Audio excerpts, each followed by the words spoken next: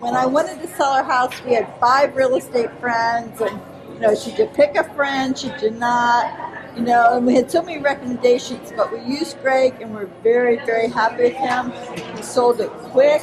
We liked how the organization had someone as a closer, someone to sign you, someone to list. They had people specifically for each thing, which made it all go super smooth. Absolutely perfect. And then when we did the reviews online, he was the top sales for the previous year, and just his track record and all his reviews. I mean, that's what really sold us. We knew we had to sell our condo quick because we had another house on the line that we needed to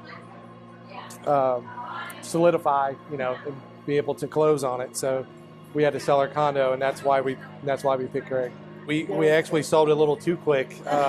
We were in between homes for a little bit, so we had to rent somewhere. But it's a good problem to have. And we actually had a 3rd floor condo without an elevator, which should have been really hard to sell. And we actually had it listed before and didn't sell. With another person, we couldn't sell.